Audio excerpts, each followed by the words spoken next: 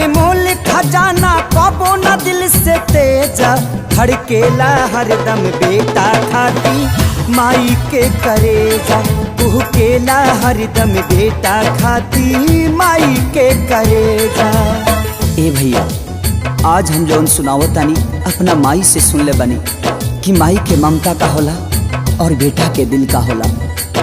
सुनी ध्यान से सुन ल भाई एगो बेटा के कहानी, मनमोहनी के जाल में पड़ के कैलस बड़ा नादानी।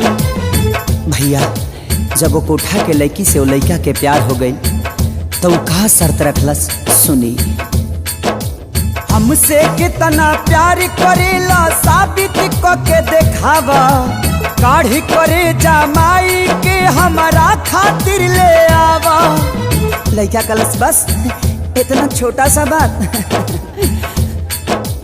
तिरिया जाल में फंस के तब ऊ घर पे कमीना आइल, काहे मुंह झुराइल तो हर हो खबलाल बुखाइल। ओ माई के ममता तो देखी, वो माई थाली में खाना परोस के वो लड़का के इंतजार में दुआरी पर बैठल बड़ी आ कहली का, बाबू एने ओने के घूमल छोड़ा अपन देह सहेजा,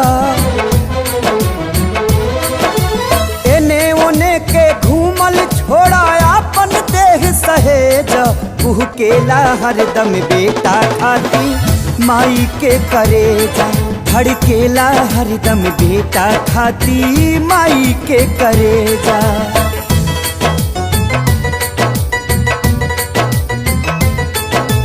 इतना पर भी ऊ कपूत बैठल माई के पंजरा, खाए लागल खाना माई हाके लगली अचरा। कैसे कि माई पड़ोसी से पैंचा आटा मांग के लिए अली और 4 गो रोटी बनौली। घर में बिना ना रहे ताचरा के हवा हाँक हाँक और ओकरा मुंह में रोटी खियावे लगली।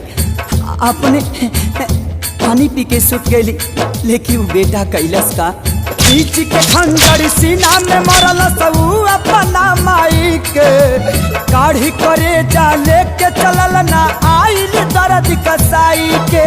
ठोकर से जब गिरल करे जा कहलस ममता जागल, हे बचवा कहीं पैर में तोहरा चोट त नाही लागल।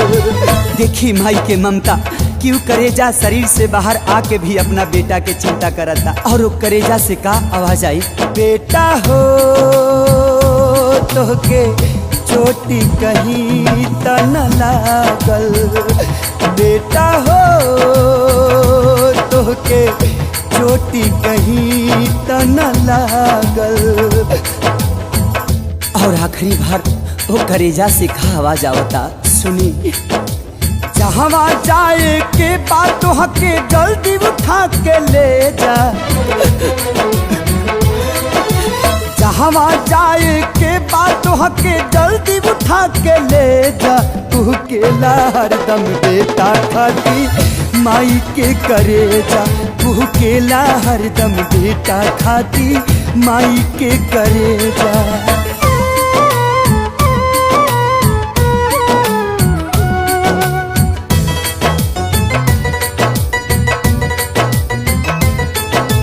देख करेजा कहलस देखा के तना हई दीवाना हम, तोहरा खातिर माई के भी कैनी याद बेगाना हम।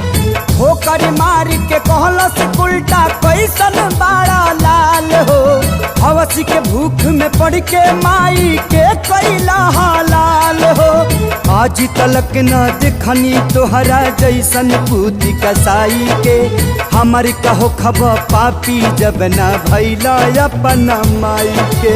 कहियो तू हमरो के छोड़बा सटकल तोर भेजा, कहियो तू हमरो के छोड़बा सटकल तोहर भेजा, तू केला हरदम बेटा खाती माई के करेजा, धड़केला हरदम बेटा खाती माई के करेजा।